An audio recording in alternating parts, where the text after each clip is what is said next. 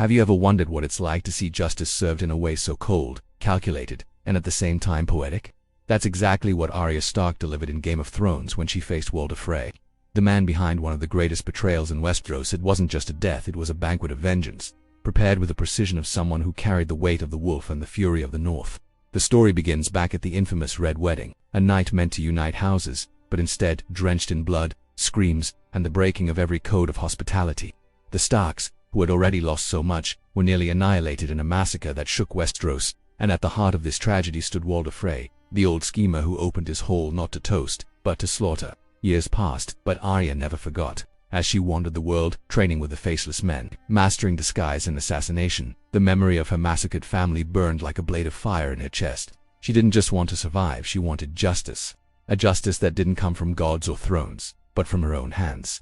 And so we arrive at the scene that became one of the most unforgettable moments of the series. Arya, disguised, infiltrated, wielding everything she had learned, served Walder Frey with the same weapon he had used against the Starks, the dinner table. First she tricked his sons, then turned them into his meal, and finally revealed to Walder that he was feasting on his own bloodline. With each of her words, it was as if the ghosts of Catelyn, Robb, and so many others rose in that hall, watching as cold justice was served. And it wasn't just personal revenge, it was a message. Arya made it clear. The North remembers wolves may be wounded, scattered, but they keep hunting. And Walder Frey, who once believed he had triumphed, ended up alone, defeated, his name forever stained with dishonor. Mid-video promotion, but before continuing this tale of blood and vengeance, here's a tip about another kind of power. The Lenovo Legion Go. Imagine holding in your hands a portable console that runs your PC games with insane performance.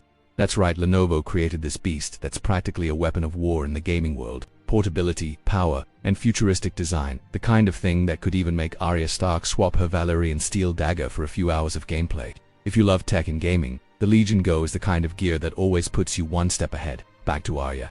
What's most striking about this moment is how it defined her character arc. Arya stopped being just the frightened little girl from Winterfell and became a predator, a lone wolf shaped by pain, relentless training, and by a list she wrote night after night before sleeping. The names of those who had to pay, and Walder Frey was right at the top of that list. This wasn't just an assassination, it was a performance. Arya didn't kill him quickly, nor ambushed him like in other moments. She wanted Walder to see, to understand, to feel. Every second was crafted so he could grasp the magnitude of his crimes and the price he now had to pay. This is the kind of scene that showed how Game of Thrones could turn revenge into spectacle. It wasn't just blood, but symbolism. The banquet became a stage, the knife became a sentence, and Arya became the embodiment of the justice that even the gods seemed to have abandoned. Of course, it also raises a haunting question. How much of Arya was still Arya? With each death, each face she wore, she drifted further away from the girl who once played with Jon at Winterfell. But maybe that was her inevitable fate after everything she endured. She couldn't stay innocent. She had to be the wolf. And as you watched that scene, you probably felt the same mix every fan did. Satisfaction and unease. Yes, Walder Frey deserved it. But at the same time, Arya was crossing lines she could never come back from. It was sweet and bitter all at once, as if the series itself was reminding us that vengeance might be just, but it never comes without a cost.